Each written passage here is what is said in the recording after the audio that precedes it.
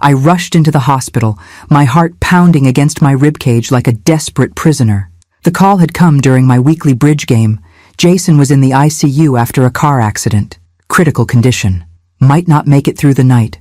Words no mother should ever hear about her child, no matter if that child is 38 years old. The hospital corridors seemed endless as I hurried toward the intensive care unit, my sensible shoes squeaking against the polished floors. Despite my 63 years and arthritic knee, I moved with the desperate energy that only maternal fear can generate. "Jason Caldwell," I gasped at the nurse's station.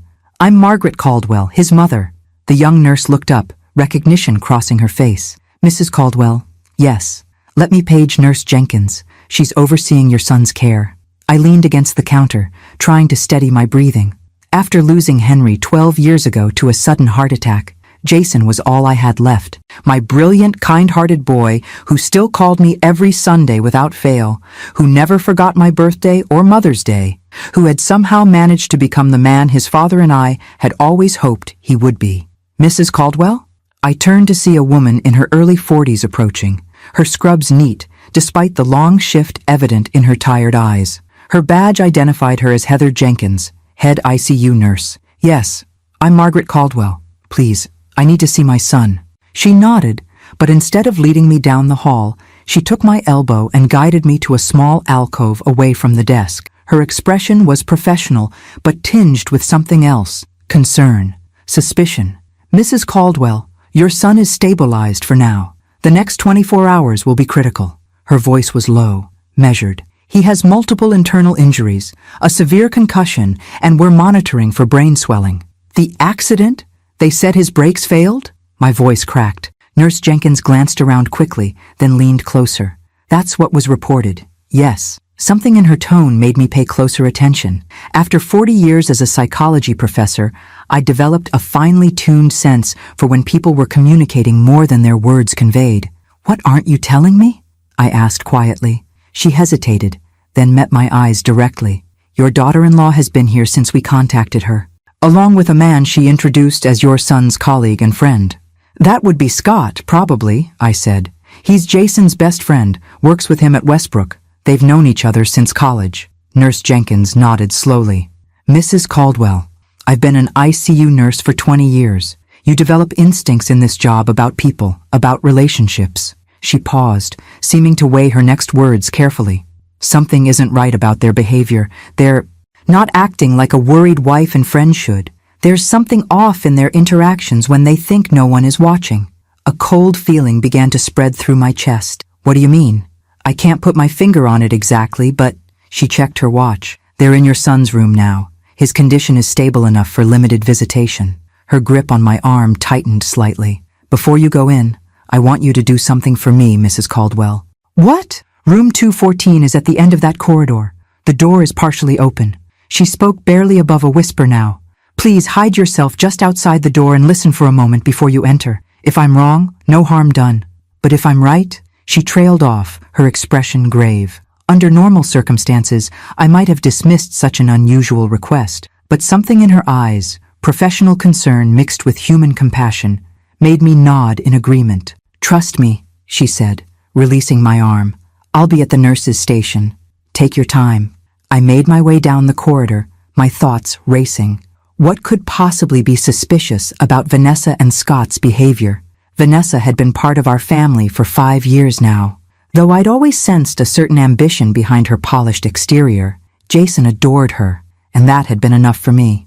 As I approached room 214, I could hear low voices from within. Following Nurse Jenkins' instructions, I positioned myself against the wall just outside the partially open door, feeling slightly ridiculous, but too concerned to ignore her warning. "Need to find that drive." Scott's voice, tense and urgent. "If anyone sees what's on it, we're both finished." "I already checked his home office," Vanessa replied, her tone chillingly businesslike for a woman whose husband lay critically injured. "It's not there. He must have hidden it somewhere else or taken it to work." "Damn it, Vanessa. That drive has everything. The fake vendor accounts, the transfer records, all of it. Plus our emails. If anyone finds it, no one will find it." She cut in sharply. "We'll get access to his office tomorrow. I'm his wife. They'll let me collect his personal items. And if he wakes up, Scott's voice dropped even lower, forcing me to strain to hear. The doctors said there's still a chance. A pause. Then Vanessa's voice, cold and clear. Then we'll have to make sure he doesn't get the opportunity to talk, won't we? The break line method almost worked. We just need to be more thorough next time. My heart nearly stopped. Break line, method, next time. The words echoed in my head as the horrible truth crystallized. This was supposed to be clean, Scott hissed. An accident, case closed. Now we're talking about protecting ourselves, Vanessa interrupted. About the 2 million we've already moved, and the millions more we can take once I have control of Jason's accounts. About spending the rest of our lives together instead of sneaking around. Isn't that what you want? Of course it is, but then stop whining and focus. Once the company pays out his life insurance and I sell the house, we'll have more than enough to disappear. Brazil, maybe. Or Thailand. I pressed a hand against the wall to steady myself, nauseated by what I was hearing. My son's wife and best friend weren't just having an affair. They had tried to kill him, had nearly succeeded, and were planning to finish the job if he regained consciousness. The floor seemed to tilt beneath me as I fought to contain a scream of rage and horror. My Jason, my only child, betrayed in the most fundamental way possible by the two people he should have been able to trust most. In that moment, something hardened inside me, a core of cold determination forming around the white-hot pain. They would not succeed, not while I still breathed. I had lost my husband.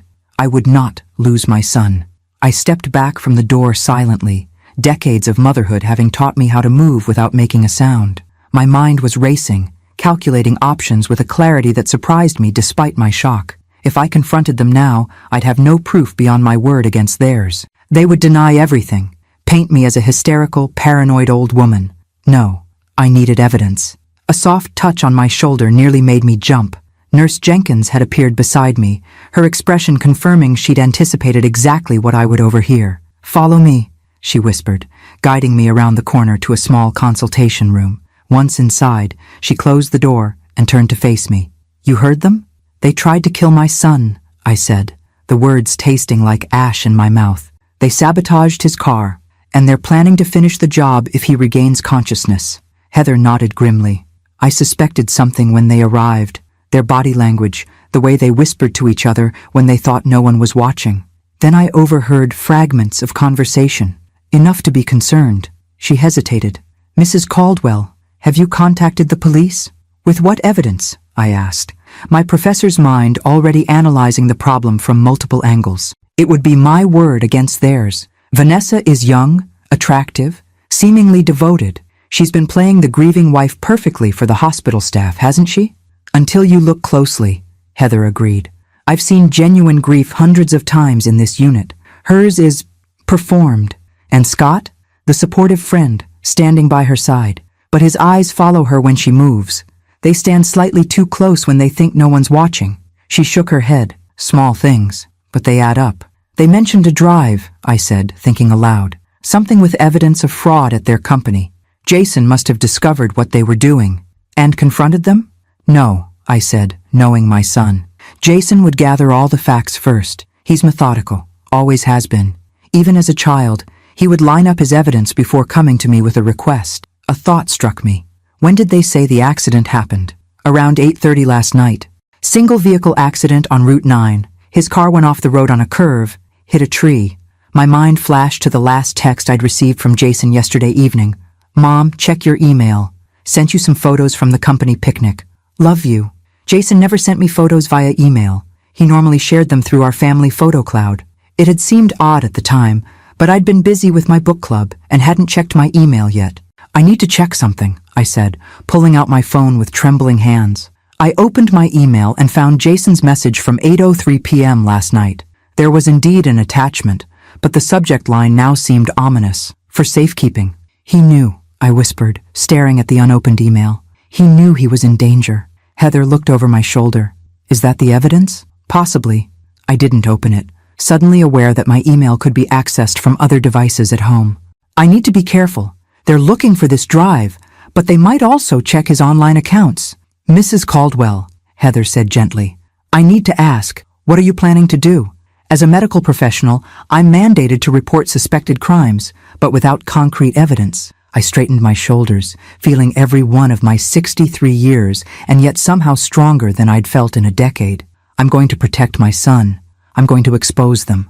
But I need time and I need your help. She studied my face, seeming to measure my resolve. What do you need from me? First, I need to see Jason. Then I need information about his condition that I can trust, not filtered through Vanessa. And I need to know when they visit, what they say, what they do. She nodded. I can manage that. But Mrs. Caldwell, if they really tried to kill him once and are planning to try again, they won't succeed, I said with quiet certainty. Because they don't know I'm onto them. They'll see only a grieving mother, too distraught to be a threat. It was a role I knew I could play convincingly, because half of it wasn't an act. The grief and fear were real. I was simply channeling them into determination rather than despair. Let me take you to see your son now, Heather said. They've gone to the cafeteria. We have about 20 minutes. She led me down the hall to room 214. Despite her warning about Jason's condition, nothing could have prepared me for the sight of my strong, vital son lying motionless among a tangle of tubes and wires, his face bruised and swollen almost beyond recognition. The rhythmic hiss of the ventilator and steady beep of monitors created a mechanical backdrop to the too still form in the bed. "Oh, Jason," I whispered, moving to his side and gently taking his hand, the only part of him that seemed uninjured. "I'm here now. You're not alone." "He's heavily sedated," Heather explained quietly. "The doctors induced a coma to help control the brain swelling. His vitals are stable, but critical." "What are his chances?" I asked, not taking my eyes off my son's face. "Dr. Hawkins is the attending physician. He'll discuss the details with you, but—" She hesitated, then continued with professional candor. "The next 48 hours are crucial. If the swelling subsides without complications, his prognosis improves significantly." I nodded, absorbing this. So they have a narrow window. If they're going to finish the job, as Vanessa put it would be soon. "We have security protocols," Heather assured me. "And now that I'm aware of potential, intentional harm, I can implement additional monitoring without raising suspicions." "Thank you," I said, still holding Jason's hand. "Is Dr. Hawkins available?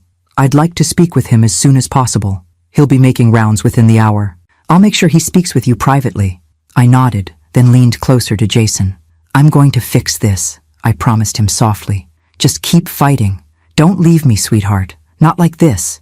Not because of them." As I straightened, I caught sight of a small travel bag in the corner, Jason's personal effects that had been brought in with him. A plan began to form in my mind. "Heather," I said quietly, "when Vanessa and Scott return, I need to play a role. They can't suspect I know anything. I'll be the distraught mother, focused only on my son's recovery, completely trusting of his loving wife. And behind that," I met her gaze steadily, "behind that, I'll be gathering every piece of evidence I can find to protect my son and bring them to justice." The monitoring equipment continued its reassuring rhythm as I settled into the chair beside Jason's bed, already preparing myself for the performance of my lifetime. Vanessa and Scott believed they were dealing with a helpless, grief-stricken old woman.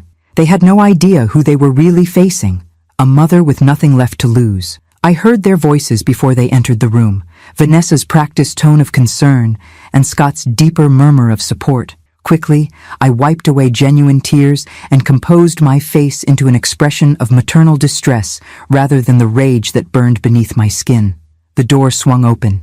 Vanessa entered first, her sleek blonde hair pulled back in a perfectly disheveled ponytail, just messy enough to suggest worry, but still flattering. Her eyes widened in apparent surprise. "Margaret, when did you get here?" She rushed forward, arms outstretched for an embrace that I forced myself to accept. "About 20 minutes ago," I said, allowing my voice to tremble. "The hospital called me during my bridge game." "I tried calling you too," she said, pulling back to study my face with well-simulated concern. "You poor thing, you must be devastated." Over her shoulder, Scott hovered in the doorway, his handsome face arranged in an appropriate mask of somber worry. I'd known him for nearly 15 years, had welcomed him into our home countless times, had treated him like family. Now, looking at him with my new awareness, I wondered how I had missed the calculation behind his friendly demeanor. "Hello, Scott," I said, injecting warmth into my voice. Thank you for being here for Vanessa. Of course, he replied, stepping forward to place a comforting hand on my shoulder, the same hand that had sabotaged my son's brakes. I fought the urge to recoil. Jason's my best friend. I still can't believe this happened. The police said it looks like brake failure, Vanessa explained, moving to stand on the opposite side of Jason's bed, carefully taking his hand in a gesture that would appear loving to any observer. Such a freak accident. His poor car, I murmured, watching their faces carefully. He loved that Audi. The important thing is that he pulls through, Scott said quickly. Too quickly. I nodded, turning my attention back to Jason. The nurse, Jenkins, I think, said they've induced a coma? To control brain swelling? Dr. Hawkins says it's standard procedure, Vanessa replied, her voice steady. Not the trembling voice of a wife terrified of losing her husband, but the controlled tone of someone reciting information. They'll begin bringing him out of it once the swelling subsides. If it subsides, she added, with just the right catch in her voice. He's strong, I said, genuinely stroking Jason's arm. He's always been a fighter. Margaret, Vanessa said, her tone shifting to something gentler, more intimate. You must be exhausted. Why don't you let Scott drive you home? You can rest, shower, maybe pack a bag if you want to stay closer to the hospital. I'll remain here with Jason. Alarm bells rang in my mind. They wanted me gone. Away from Jason, away from the hospital where I might overhear something else, away from any potential evidence. That's very thoughtful, dear, I said, reaching into my purse for a tissue. But I couldn't possibly leave him now, not until I've spoken with the doctor. I saw a flicker of annoyance cross her perfect features before she smoothed it away. Of course, we'll all wait then. For the next 40 minutes, we maintained an excruciating charade of family solidarity around Jason's bed. I asked appropriate questions about the accident, listening carefully as they recounted their carefully constructed version. Jason working late, driving home tired, the tragic brake failure on a curve he'd driven hundreds of times before. I nodded sympathetically when Vanessa described finding his home office in disarray. He must have been working on something important, she said, eyes darting briefly to Scott. Throughout it all, I played my role. The somewhat frail mother, occasionally confused by medical terminology, completely trusting of her daughter-in-law, grateful for the support of her son's best friend. I even made a show of taking my blood pressure medication, reinforcing their perception of me as physically vulnerable. When Dr. William Hawkins finally entered, I felt a surge of relief at seeing a familiar face. Bill had been a colleague at the university before he left academia for medical practice, and we had maintained a friendly acquaintance over the years. Margaret, he said, genuine concern in his voice as he clasped my hand. I'm so sorry about Jason. Bill, I responded, allowing real emotion to color my voice. Please, tell me everything. He glanced around the room, taking in Vanessa and Scott, then focused on me. Let me update all of you on Jason's condition, he began professionally. He outlined the injuries in clinical detail: multiple rib fractures, a punctured lung, internal bleeding that had been surgically repaired, and the traumatic brain injury that necessitated the induced coma. When will he wake up? Vanessa asked, her hand still performing its caress of Jason's arm. That depends on how the swelling responds to treatment, Dr. Hawkins replied. We're monitoring intracranial pressure closely. Best case scenario, we could begin reducing sedation in 48 to 72 hours. I caught the subtle exchange of glances between Vanessa and Scott, a window of opportunity for them. And worst case? I asked, drawing attention back to me. Bill's expression softened. Margaret, let's focus on the positive indicators for now. Jason's vital signs are stable, the surgical repairs are holding, and he's receiving the best care possible. I'd like to speak with you privately if I may, I said, rising from my chair with deliberate shakiness. About Jason's medical history, there might be things he hasn't shared with Vanessa yet. Of course, he agreed immediately. We can use the consultation room. I should be part of this, Vanessa interjected, a hint of sharpness breaking through her concerned facade. As his wife, dear, it's just some old medical history, I said soothingly. Nothing relevant to his current treatment, I'm sure, but I'd feel better sharing it. Mother's instinct, I added with a self-deprecating smile. You know how we worry. Vanessa relented with obvious reluctance, unable to object without seeming unreasonable. Of course, Margaret. Take your time. Once in the private consultation room, Dr. Hawkins's professional demeanor shifted to personal concern. "Margaret, how are you really holding up? This must be devastating." I looked directly into his eyes. "Bill, I need to know if Nurse Jenkins spoke with you about her observations." His expression confirmed my suspicion. "She shared her concerns with me an hour ago, about Jason's wife and his friend, and about a conversation she believes you overheard." "It wasn't an accident," I said flatly. "They sabotaged his car. They're having an affair and stealing from their company. Jason discovered it and they tried to kill him." To his credit, Bill didn't dismiss my claim or suggest I was confused by grief. Instead, he asked, "Do you have evidence of this?" "Not yet, but Jason may have sent me some." I explained about the email I hadn't yet opened, and they mentioned needing to find a drive with incriminating information. "Margaret, if what you're saying is true, this is a police matter, and I will go to the police," I assured him, "when I have concrete evidence. Right now, it would be my word against theirs, and they've crafted their story carefully." He studied me thoughtfully. "What do you need from me?" "Protection for Jason. They mentioned finishing what they started if he regains consciousness. I need to know he's safe while I gather evidence." Bill nodded slowly. "I can arrange for continuous monitoring, restrict visitation under medical pretenses, and personally supervise any changes to his treatment plan." He hesitated. "But Margaret, be careful. If they're desperate enough to attempt murder once—" "I know," I said grimly. "But they don't see me as a threat, Bill. They see a grieving old woman, too distraught to be suspicious." I leaned forward. "And that's exactly the disguise I need to bring them down."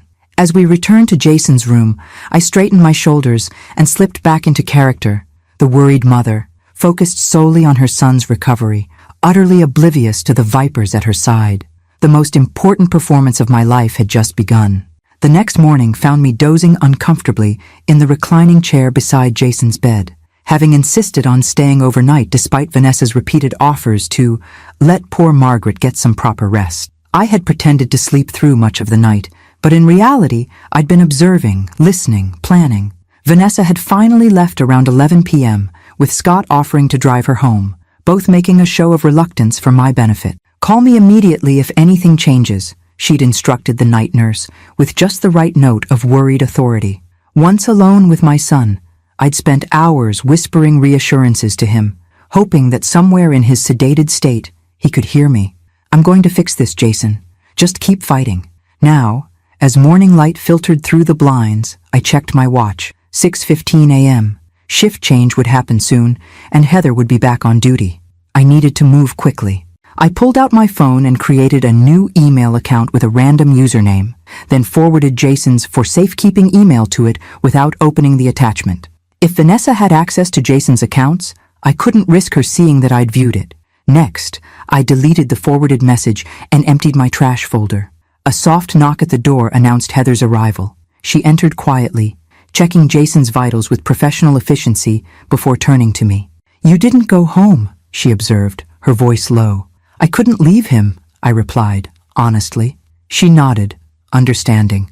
"Dr. Hawkins has implemented the additional monitoring protocols we discussed. Jason won't be left unattended at any point, and we've restricted who can administer medications." "Thank you," I whispered, glancing at my still unconscious son.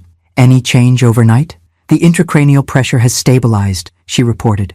"That's a positive sign. Dr. Hawkins will do a full assessment during morning rounds." She hesitated, then added, "Mrs. Caldwell, I have a 20-minute break at 7:30. If you wanted to get some coffee in the cafeteria, I could keep you company." I understood her meaning immediately. A chance to talk away from potential eavesdroppers in a public place where Vanessa or Scott wouldn't interrupt. "That sounds lovely," I replied. "I could use the caffeine." At precisely 7:30, after ensuring Jason was being monitored by another nurse Heather trusted, I made my way to the cafeteria. Heather joined me at a corner table, setting down 2 cups of steaming coffee. "Thank you," I said, gratefully accepting the cup. "For everything," she nodded, her expression serious. "I spoke with the night staff. Vanessa called twice overnight to check on Jason's condition." "That seems appropriately concerned," I noted. "Yes, except she specifically asked if he was showing any signs of regaining consciousness. Each time." Heather stirred her coffee thoughtfully. "That's not typically what family members focus on first. They ask about vital signs, pain levels, overall stability. She's worried he'll wake up and talk, I said grimly. That would be my interpretation. She leaned forward. Mrs. Caldwell, have you had a chance to look at whatever Jason sent you? Not yet. I forwarded it to a secure account. I'll need privacy and a computer to examine it properly. Heather considered this. The hospital has a small family resource room with computers. It's usually empty this early. Perfect, I said, feeling a surge of gratitude for this ally I'd found. But I need one more favor. If Vanessa or Scott arrives while I'm gone, I'll page you immediately, she promised. The resource room is on the first floor, room 104. You'll need this to access the computers. She slid a visitor pass across the table. 20 minutes later, I sat alone in the small room, logging into the new email account I'd created. With trembling hands, I opened Jason's message. The subject line, for safekeeping, felt even more ominous now. Mom, if you're reading this, I trust my instincts were right. Something doesn't add up with the financials at Westbrook, and I've been digging deeper. Attached is everything I've found so far.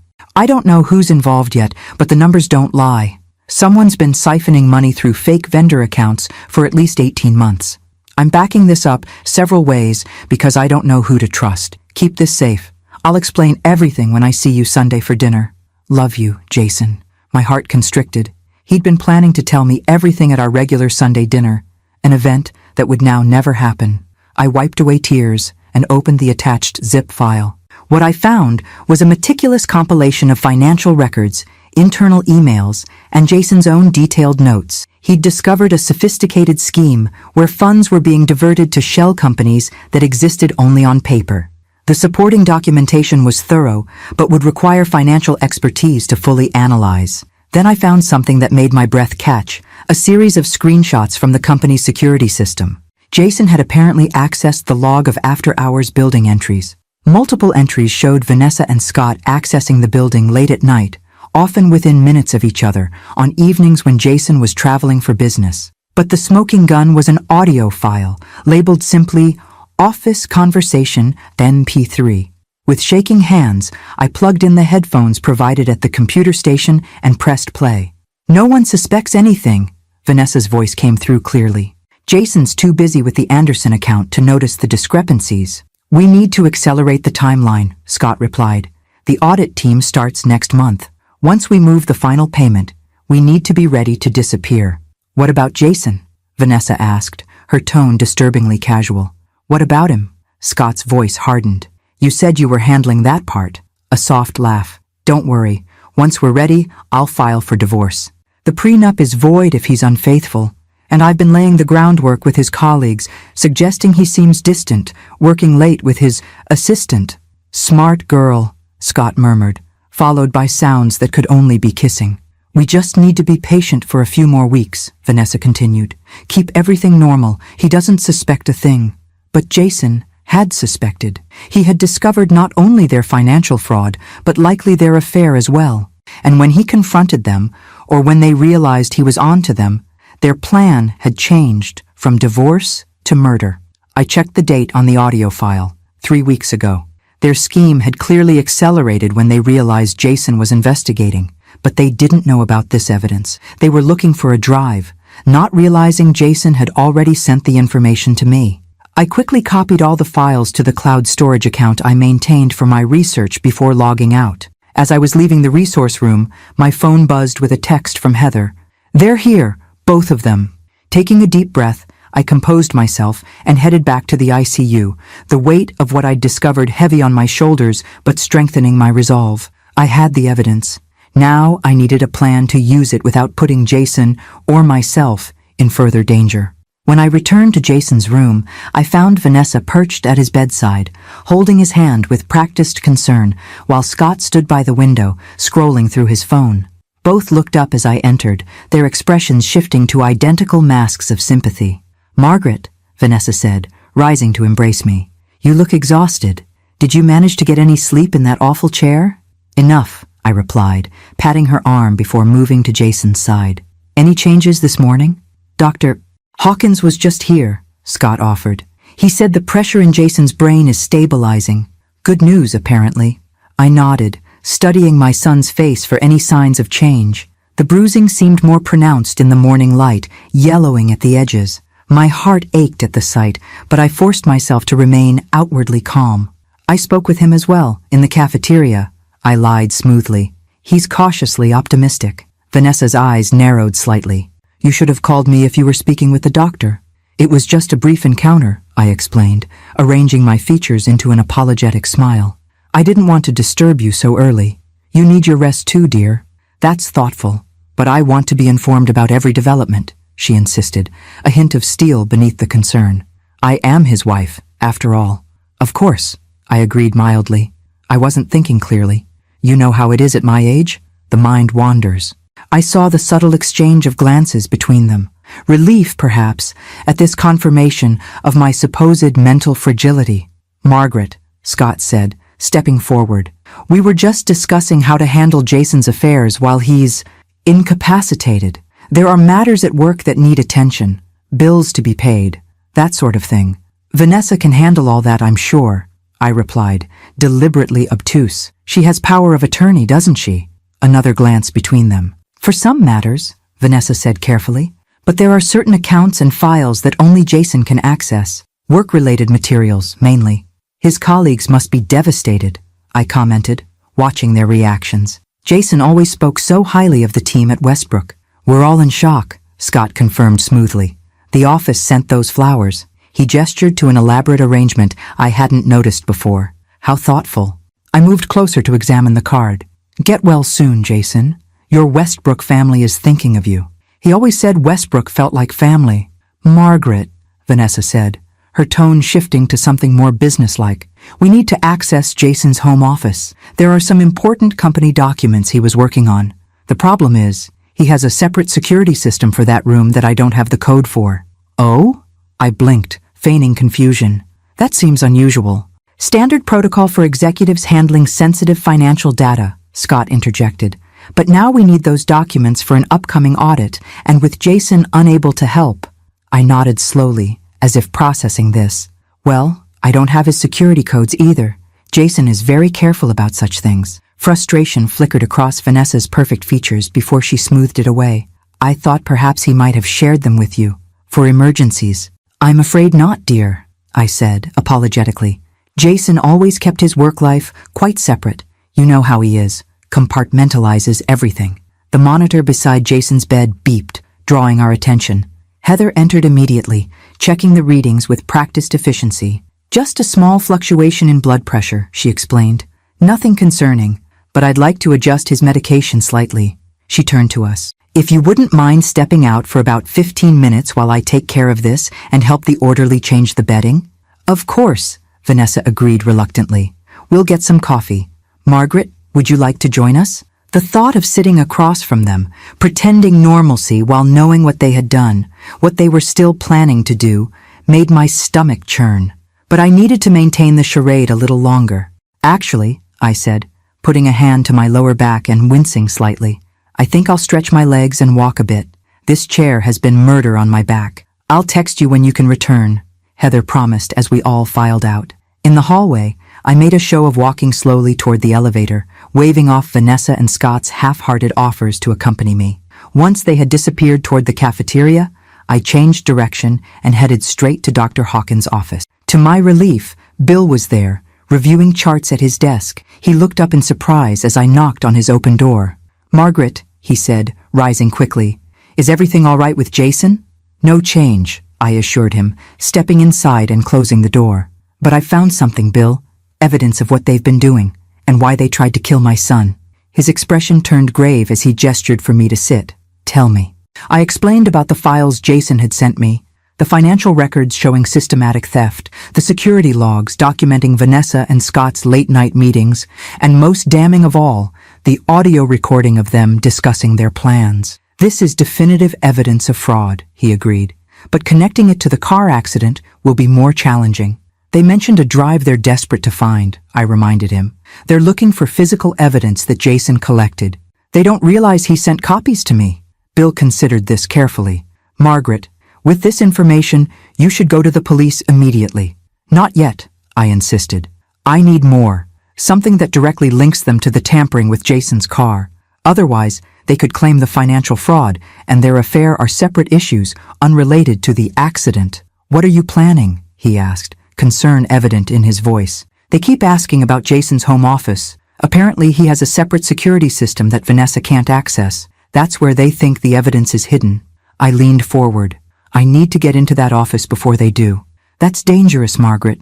If they're desperate enough to attempt murder once— I know, I interrupted, but I'll be careful. They think I'm a harmless old woman who trusts them completely. My voice hardened. That's my advantage. Bill studied me thoughtfully. You need allies, Margaret. People who can help protect both you and Jason while you gather what you need. I have you and Heather, I pointed out. You need more, he insisted. Someone with legal authority. He hesitated, then seemed to make a decision. I have a friend in the police department, Detective Mark Sullivan. We've known each other for years. He's discreet, thorough, and trustworthy. I considered this carefully. Could he investigate unofficially? If Vanessa or Scott get any hint of police involvement, Mark could keep it quiet until you have everything you need, Bill assured me. No official report, no uniforms, nothing to alert them. The prospect of additional support was tempting. As determined as I was, I recognized the danger of facing two killers alone. All right, I agreed finally. But I need to meet him first, explain everything myself. I'll set it up for today, Bill promised. In the meantime, keep playing along with them. Give no indication that you suspect anything. I nodded, rising from my chair. I should get back before they wonder where I've gone. Bill stopped me with a gentle hand on my arm. Margaret, be careful. What you're doing is brave, but these people have already shown they're willing to commit murder. They tried to kill my son, Bill, I replied, my voice steady despite the emotion churning beneath. I'm not brave. I'm just a mother protecting her child, the way I have since the day he was born. As I made my way back to the ICU, I felt a new sense of purpose strengthening my resolve. I was no longer alone in this fight. With Bill, Heather, and soon this detective on my side, we would build an ironclad case against Vanessa and Scott, and God help them when we did. Detective Mark Sullivan was nothing like the police officers depicted on television. There was no rumpled trench coat or world-weary cynicism. Instead, the man who met me in Bill Hawkins' office that afternoon was trim, well-dressed, and possessed of a quiet attentiveness that I recognized from my years evaluating doctoral candidates, the hallmark of a keen, analytical mind. Mrs. Caldwell, he said, his handshake firm but not overpowering. Dr. Hawkins has given me a preliminary overview of your concerns. I'm very sorry about your son's situation. Thank you, Detective, I replied, taking the seat he offered. I appreciate your willingness to hear me out, especially under these unusual circumstances. Bill and I go back 20 years, he said simply. If he believes your concerns merit attention, that's good enough for me to listen. For the next 30 minutes, I methodically presented everything I had discovered.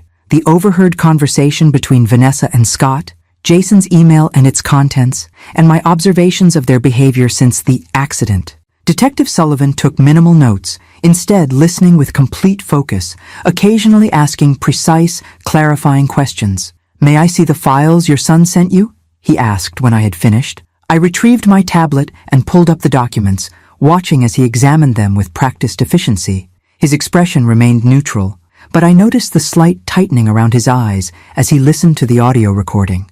This is substantial evidence of corporate fraud, he confirmed, echoing Bill's assessment. And the recording clearly establishes their affair and initial plans to defraud your son through divorce, but not the attempted murder, I finished for him. Not conclusively, no. He handed back my tablet. We have motive and opportunity, but no direct evidence connecting them to the tampering with your son's vehicle. Which is why I need to access Jason's home office, I explained. They're desperate to find something there, something they believe could incriminate them. Detective Sullivan considered this carefully. Mrs. Caldwell, I understand your determination, but what you're proposing is risky. These individuals have already demonstrated they're willing to resort to extreme measures. I'm aware of the danger, I acknowledged, but I also know they don't view me as a threat. To them, I'm just a distraught mother, focused solely on my son's recovery, which gives you a certain advantage, he conceded. But entering that house alone? Who said anything about alone? I interrupted, a plan crystallizing as I spoke. Vanessa has been insisting that I stay at their house instead of driving back and forth to my condo. I've been refusing, but if I were to accept, you'd have access to the house, he finished thoughtfully. But the office has a separate security system you mentioned. Yes, but Jason always used meaningful numbers for his passwords, dates, addresses, things significant to him personally. I smiled slightly. I was a psychology professor for 40 years, detective. I understand how people select codes they'll remember. He studied me for a moment, then nodded. All right, here's what I propose. You accept Vanessa's invitation to stay at the house. While there, you attempt to access Jason's office. But, he held up a hand as I began to respond. You'll be wearing a wire, and I'll have plainclothes officers in the vicinity, ready to intervene if necessary. It was a reasonable compromise between allowing me to pursue the evidence and ensuring my safety. Agreed, I said. When can you have the surveillance equipment ready? Tomorrow, he replied. In the meantime, I'll begin a discreet background investigation into both suspects. Financial records, communications, recent purchases that might relate to vehicle tampering. They'll be visiting Jason again this evening, I informed him. I'll accept Vanessa's invitation then. Tell her I'll collect some things from my condo in the morning and join her tomorrow afternoon. Perfect, Sullivan nodded. That gives us time to prepare properly. I'll meet you at your condo at 10 a.m. tomorrow to set up the wire and review the plan. As our impromptu meeting concluded, Bill Hawkins returned, having given us privacy for our discussion. What's the verdict? He asked, looking between us. We have a plan, Detective Sullivan replied.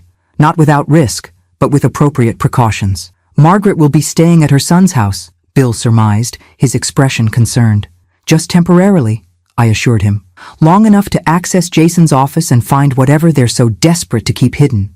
Bill didn't look entirely convinced, but nodded reluctantly. What about Jason's security in the meantime? If they realize you're investigating... I've already spoken with hospital security, Sullivan said.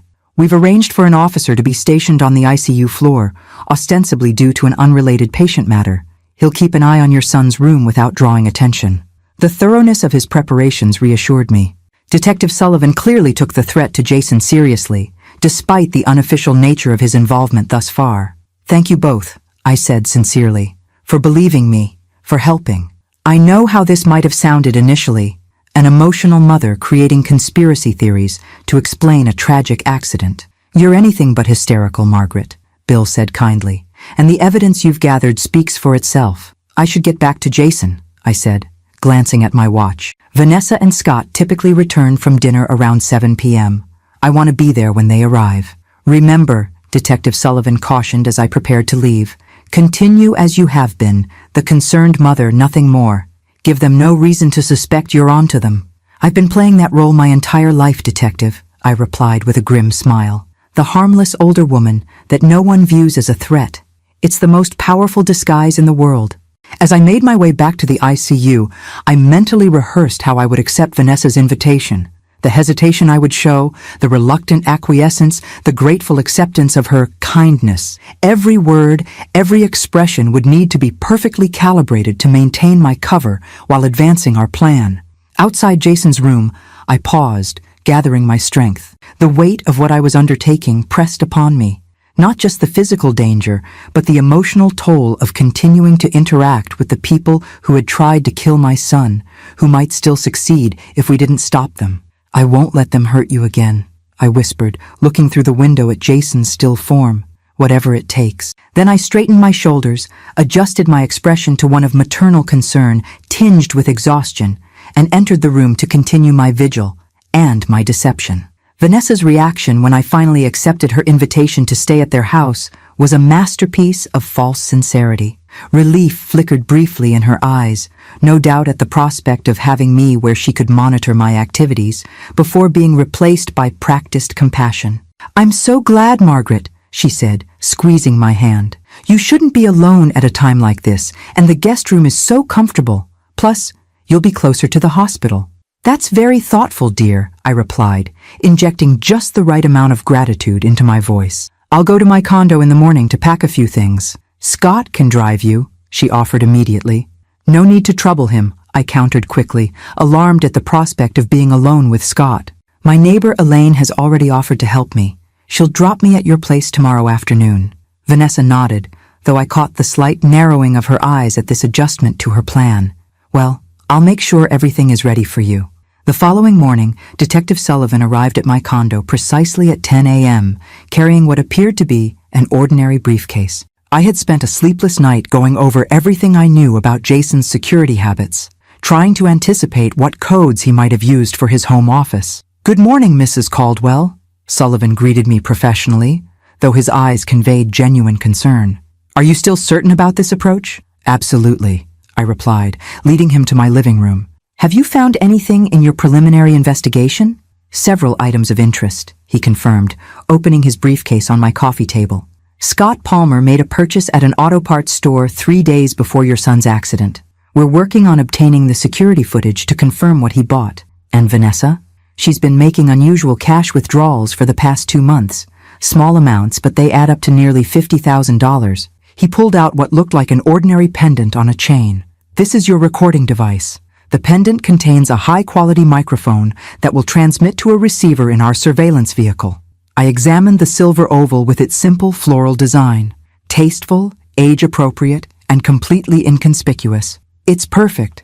The range is approximately 300 feet, so we'll need to stay relatively close to the house." He demonstrated how to activate it with a subtle pressure on one side of the pendant. "Once inside, your priority is Jason's office. If you can access it without raising suspicions, document whatever you find. Photos, files, anything that might connect them to the tampering of your son's vehicle."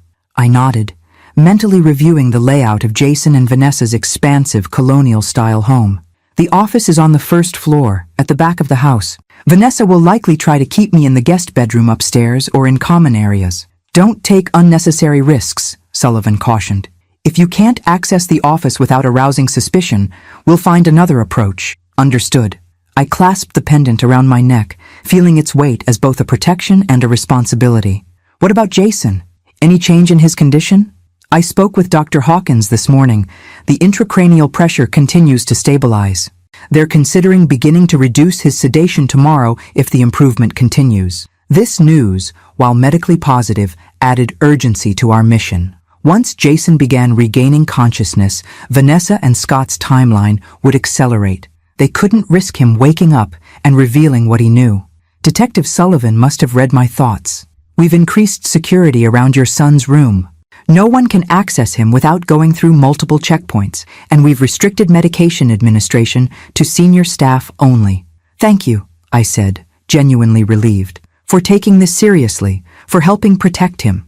"Mrs. Caldwell," he replied solemnly, "attempted murder is always serious, regardless of how circumstantial the initial evidence may be." By 2 p.m., I was being driven to Jason and Vanessa's house by a female detective posing as my neighbor Elaine. Detective Sullivan and his team had established surveillance positions in the neighborhood, with a nondescript utility van parked within range of my transmitter. "Remember," the female detective, Lauren Mitchell, reminded me as we approached the house, "we're monitoring continuously. If at any point you feel threatened, use the code phrase, 'I should call my bridge partner,' and we'll intervene immediately." "I'll be careful," I promised, as we pulled into the circular driveway of the colonial home that Jason had been so proud to purchase 3 years ago. It was a beautiful property, 5 bedrooms, professionally landscaped grounds, a showcase of success that now felt tainted by Vanessa's betrayal. Vanessa opened the door before we could ring the bell, her perfect smile in place. "Margaret, you're right on time. And this must be Elaine?" Detective Mitchell played her part flawlessly, exuding the chatty concern of a helpful neighbor as she carried my suitcase inside. After a brief exchange of pleasantries, she departed with a promise to check in tomorrow, leaving me alone with Vanessa in the marble-floored foyer. "Let me show you to the guest room," Vanessa said, leading me up the sweeping staircase. "I've put you in the blue room. It has the most comfortable bed and a lovely view of the garden." The blue guest room was indeed beautiful, decorated in serene tones with expensive linens and tasteful artwork. It was also, I noted, the furthest room from the master suite and positioned directly above the kitchen, meaning any movement downstairs to Jason's office would be easily heard. "It's lovely," I said sincerely, setting my handbag on the bed. "You have such a beautiful home, Vanessa." "Thank you," she replied, smoothing an invisible wrinkle from the duvet. "Jason worked so hard to afford it." "We both did."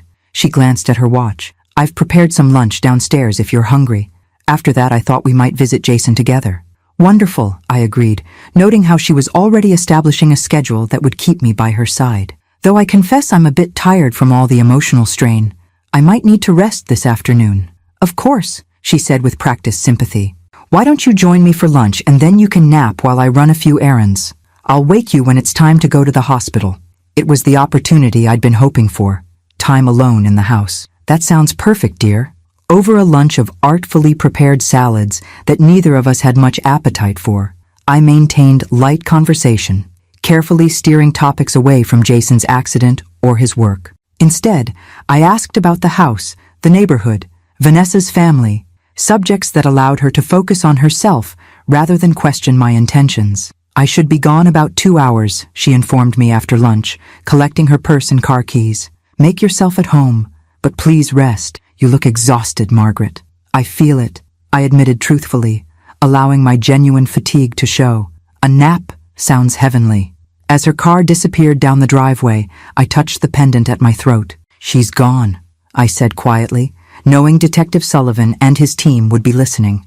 I'm going to try accessing Jason's office now.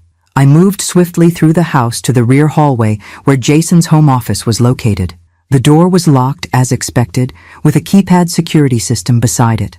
I studied the keypad thoughtfully, considering what code Jason might have chosen. Our old address? His birth date? My birth date? None seemed secure enough for sensitive financial documents. Then I remembered. Jason had always used a particular date for important passwords. February 17th, 1984. The day his father had taken him to his first baseball game, months before the heart attack that claimed Henry's life. It had been a perfect day, one that Jason had treasured as his most precious memory of his father. With steady fingers, I punched in EO2171984. The light turned green, and the lock disengaged with a soft click. I'm in, I whispered to the pendant microphone as the office door swung open. The code was the date of Jason's first baseball game with his father.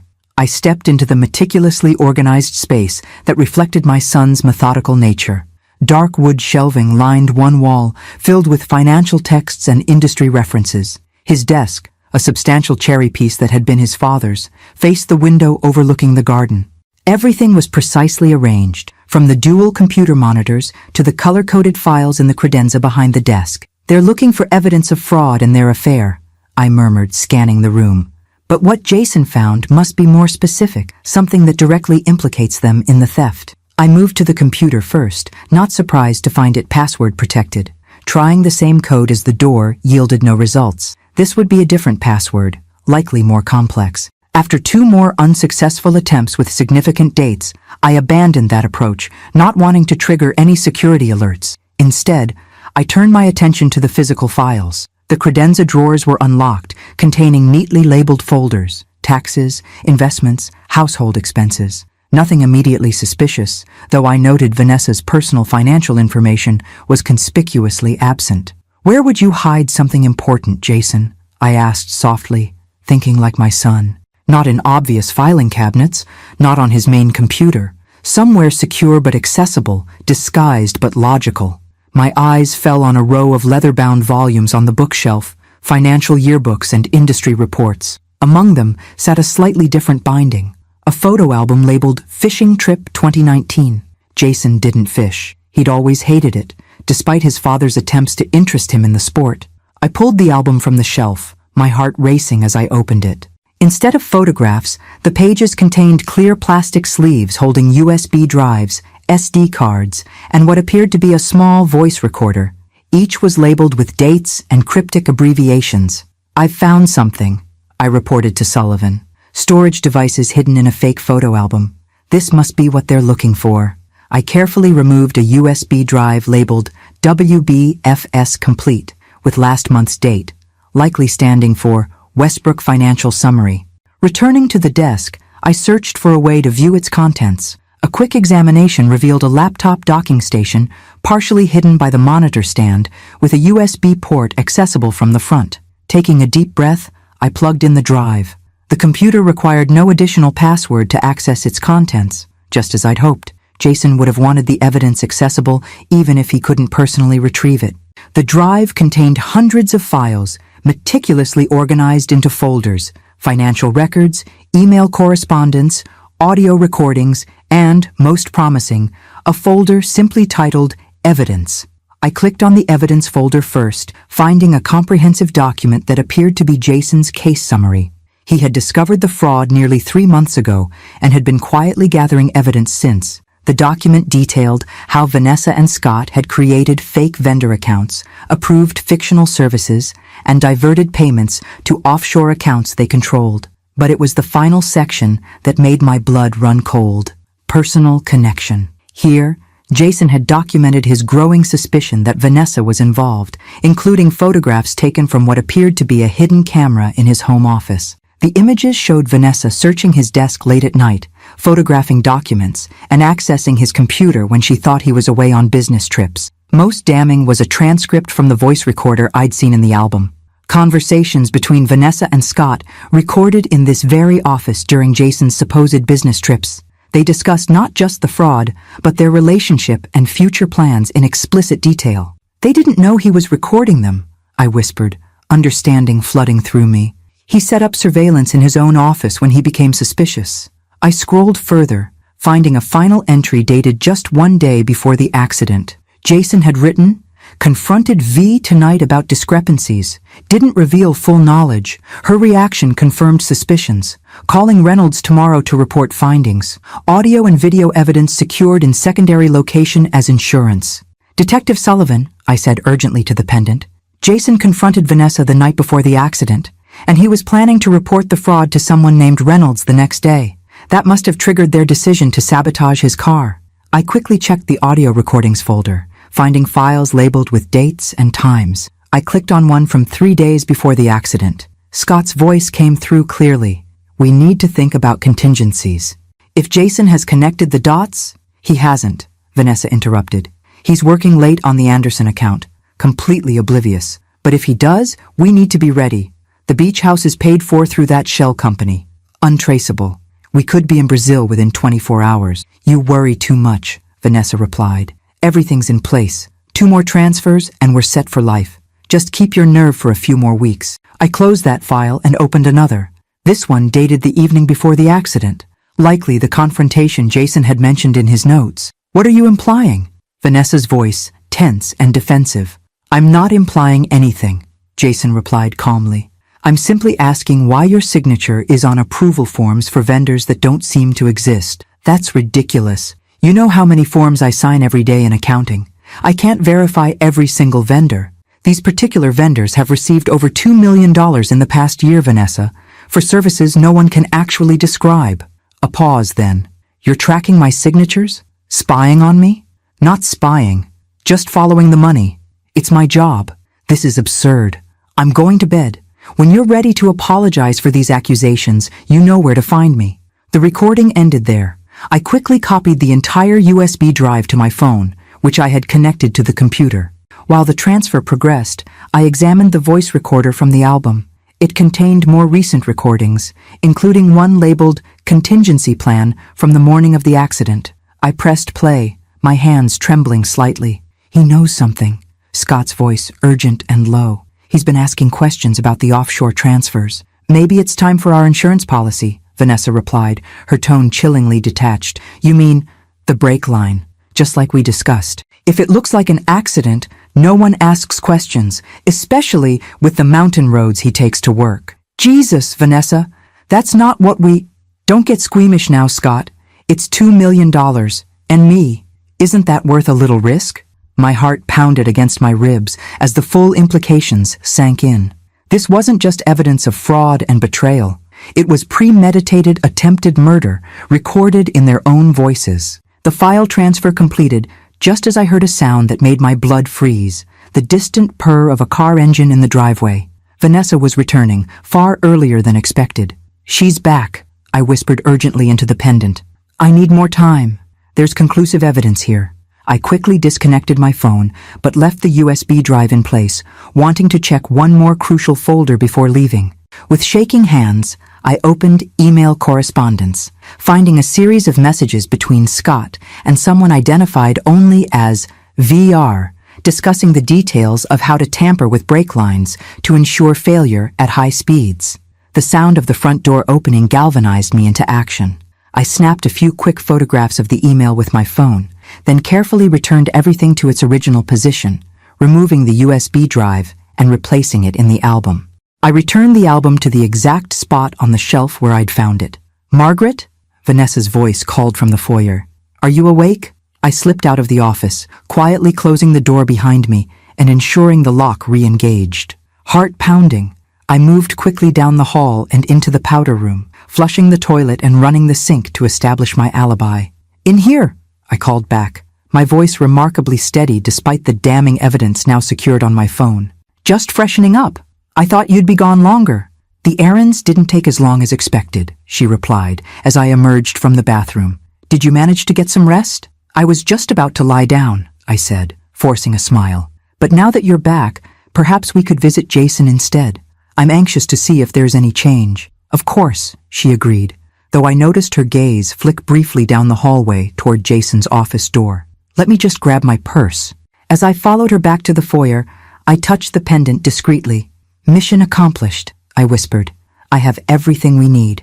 The drive to the hospital with Vanessa was an exercise in psychological control. Sitting beside the woman who had calmly discussed murdering my son, who still planned to finish the job if necessary, required every ounce of my acting ability. I maintained a gentle stream of innocuous conversation about the weather, the garden, my bridge club, all while the evidence of her crimes burned a hole in my pocket. "Dr. Hawkins called while you were resting," Vanessa mentioned as we approached the hospital. "They're planning to begin reducing Jason's sedation tomorrow morning if his indicators remain stable overnight." "That's wonderful news," I said, infusing my voice with genuine relief while carefully observing her reaction.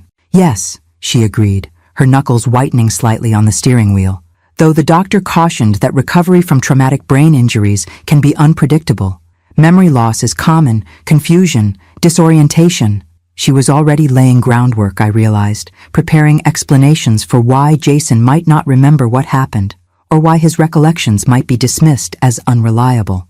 "I'm sure he'll receive the best care," I replied mildly, "and we'll be there to help him through the recovery process." As we entered the hospital, I spotted Detective Sullivan near the visitor's desk, dressed in civilian clothes and pretending to review a clipboard. Our eyes met briefly. He gave an imperceptible nod, confirming he had received the evidence I'd transmitted from the house. The ICU was quieter than usual, with fewer staff visible in the corridors. As we approached Jason's room, I noticed an unfamiliar security guard stationed nearby, undoubtedly one of Sullivan's people positioned as protection. Mrs. Caldwell, Heather greeted us professionally as we entered Jason's room. "Dr. Hawkins asked me to inform you he'll be stopping by in about 20 minutes to discuss tomorrow's plan." "Thank you, Nurse Jenkins," Vanessa replied with practiced politeness. I moved immediately to Jason's bedside, studying his face for any signs of change. The bruising had faded somewhat, shifting to yellows and greens around the edges, and his color seemed slightly better. Most promising of all, he appeared to be breathing more naturally, with less reliance on the ventilator. "He looks better," I observed, squeezing his hand gently. "Yes, he's responding well to treatment," Heather confirmed. "The latest brain scans show significant reduction in swelling."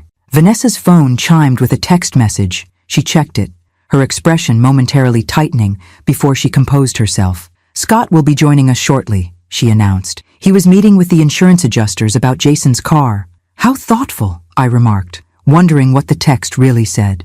Had Scott discovered that Jason's office had been accessed? Were they accelerating their timeline? 20 minutes of tense small talk later, Scott appeared in the doorway. He nodded to me politely before exchanging a meaningful glance with Vanessa. "Margaret, it's good to see you," he said, approaching to kiss my cheek, a gesture that now made my skin crawl. "How was your first afternoon at the house? Comfortable, I hope." "Very," I assured him. "Though I mostly rested, it's been an exhausting few days." "Of course," he agreed sympathetically. Dr. Hawkins arrived moments later, bringing a deliberate energy into the room. "Good afternoon, everyone. I've just reviewed Jason's latest tests, and I'm pleased to report that we're on track to begin reducing sedation early tomorrow morning." "What does that mean exactly?" Vanessa asked, her voice carefully modulated to display appropriate concern. We'll gradually decrease the medications, keeping him in the medically induced coma, Bill explained. The process is slow. It could take 24 to 48 hours before we see signs of consciousness returning. And when he wakes up? Scott interjected. What should we expect? Patients emerging from induced comas typically experience confusion, disorientation, and often temporary memory gaps, Bill replied, watching them closely. Some never fully recover memories from just before the trauma. It's a protective mechanism of the brain. I saw the subtle exchange of glances between Vanessa and Scott, relief poorly disguised as concern. The most important thing, Bill continued, looking directly at me, is that he'll have familiar, supportive people around him when he begins to regain consciousness. Family who can help ground him and re-establish his sense of self. I'll be here, I said firmly, every step of the way. We all will, Vanessa added quickly. Whatever he needs. A soft knock at the door interrupted us. Detective Sullivan stepped into the room, now wearing his badge visibly on his belt. Excuse me, Dr. Hawkins, he said professionally. May I have a word? Bill nodded, stepping outside briefly with Sullivan. When they returned, the atmosphere in the room had shifted subtly. Mrs. Caldwell, Sullivan addressed me formally, maintaining our pretense of being strangers. I'm Detective Sullivan with Boston PD. I need to ask you a few questions about your son's accident, if you don't mind. Of course, I agreed, feigning mild confusion. Actually, he continued, turning to face Vanessa and Scott, I'll need to speak with all of you. Separately, if possible. Is something wrong, Detective? Vanessa asked, her composure impressive despite the sudden tension in her shoulders. Just following up on some inconsistencies in the accident report, Sullivan replied casually. Standard procedure.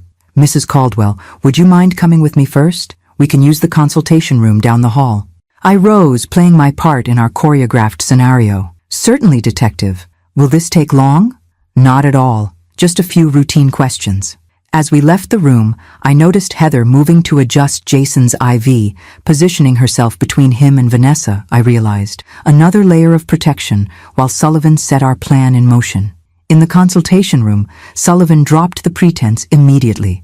The evidence you gathered is compelling, Mrs. Caldwell. Particularly the audio recordings planning the brake line tampering. We have enough to make arrests now. Good, I said, the single word containing all my pent-up fury and determination. What happens next? I've arranged for 2 additional officers to be stationed in the ICU. When I return to question Vanessa and Scott, they'll be watching for any suspicious reactions. If either attempts to flee or approach Jason in a threatening manner, they'll intervene immediately. And if they don't? If they maintain their composure? Then I'll continue the questioning until my colleagues have secured the search warrant for your son's house. Once we have that, we'll formally place them under arrest. He studied me with professional concern.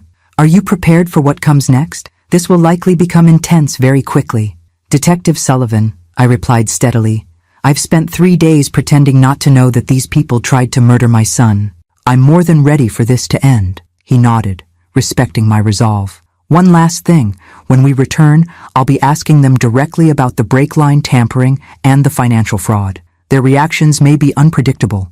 Stay behind me at all times. Understood, I agreed. When we re-entered Jason's room, Vanessa and Scott were standing close together near the window, speaking in hushed tones that stopped abruptly at our appearance. Bill Hawkins had remained, positioning himself near Jason's bed alongside Heather. Mr. Palmer, Mrs. Caldwell, Sullivan said formally, thank you for your patience. Before we continue with individual questions, I'd like to clarify something about Mr. Caldwell's vehicle. Of course, Scott replied, his casual tone belied by the tension visible in his jaw. Our forensic team has determined that the brake line on Mr. Caldwell's car was deliberately compromised, Sullivan stated bluntly, watching their reactions. This was not an accident. It was attempted murder. The silence that followed was deafening. Vanessa recovered first, her expression shifting to shocked disbelief with practiced precision. That's impossible. Who would want to hurt Jason? That's exactly what we're investigating, Sullivan replied evenly. Along with the $2 million that's been embezzled from Westbrook Pharmaceuticals through fake vendor accounts over the past 18 months. The color drained from Scott's face. I don't know what you're talking about. I think you do, Mr. Palmer, Sullivan countered, removing his phone from his pocket. In fact, I have an audio recording I'd like you both to listen to. Without waiting for a response, he played the damning recording I'd discovered in Jason's office, Vanessa and Scott discussing tampering with the brake lines, their voices filling the suddenly silent room.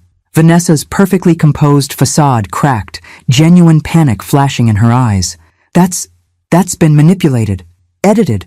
That's not what— We have multiple recordings, Mrs. Caldwell, Sullivan interrupted calmly, along with email correspondence discussing the technical details of brake line tampering, and a comprehensive record of the financial fraud you and Mr. Palmer have been conducting at Westbrook. Scott's survival instincts kicked in. He lunged toward the door, only to find it blocked by one of Sullivan's officers who had entered silently during the confrontation. Vanessa remained frozen, her calculating mind visibly racing for an escape route that didn't exist. Scott Palmer, Vanessa Caldwell, Sullivan announced formally. You're both under arrest for attempted murder, conspiracy, and grand larceny. You have the right to remain silent. As Sullivan continued reciting their Miranda rights, I moved to Jason's bedside, positioning myself protectively between him and the people who had tried to kill him. Watching as handcuffs were placed on Vanessa's slender wrists, I felt no satisfaction, only profound relief that my son was finally safe and that justice would be served. It's over, I whispered to Jason, holding his hand tightly. They can't hurt you anymore. Now, you just need to wake up. 5 days passed before Jason opened his eyes. 5 days of hopeful waiting as Dr. Hawkins gradually reduced the sedation medications. 5 days of sitting by his bedside, reading aloud from his favorite books, playing the classical music he'd loved since childhood, and gently recounting happy memories from his youth. 5 days of watching for any flicker of consciousness, any sign that my son was returning to me. The arrest of Vanessa and Scott had made headlines in the local papers. Pharmaceutical executives charged in fraud scheme and attempted murder. Westbrook's stock had temporarily plummeted before stabilizing as the company rushed to assure investors that the fraud had been isolated to specific individuals, now removed. Jason's colleagues had expressed shock and support in equal measure, many sending cards and flowers that now filled his hospital room. Detective Sullivan visited daily, updating me on the case's progress. The evidence I'd discovered, combined with material from the subsequent police search of the house and Scott's apartment, had created an airtight case. They're not getting bail, he informed me on the 5th morning, stopping by before heading to court. The prosecutor convinced the judge they were flight risks, given the documented plans to flee to Brazil and the beach house purchased through shell companies. Have they said anything? I asked, looking up from the book I'd been reading to Jason. Tried to explain. Scott's talking, Sullivan confirmed, trying to cut a deal by placing most of the blame on Vanessa. Claims she masterminded the fraud and the murder attempt. He shook his head disgustedly. She's smarter, hasn't said a word except to her lawyer, but it doesn't matter. The recordings speak for themselves. And the evidence is secure? I pressed, my academic mind still concerned about procedural details. They can't claim it was obtained illegally? Everything's clean, he assured me. We had the search warrant before seizing the recordings from the house, and Jason's own documentation establishes provenance. He created those recordings legally in his own home and office. The case is solid, Mrs. Caldwell. After Sullivan left, I returned to my vigil, continuing where I'd left off in The Old Man and the Sea, the Hemingway novel Jason had studied for his high school English class, writing an essay that had made me proudly display it on our refrigerator for months. But man is not made for defeat, I read softly, holding Jason's hand.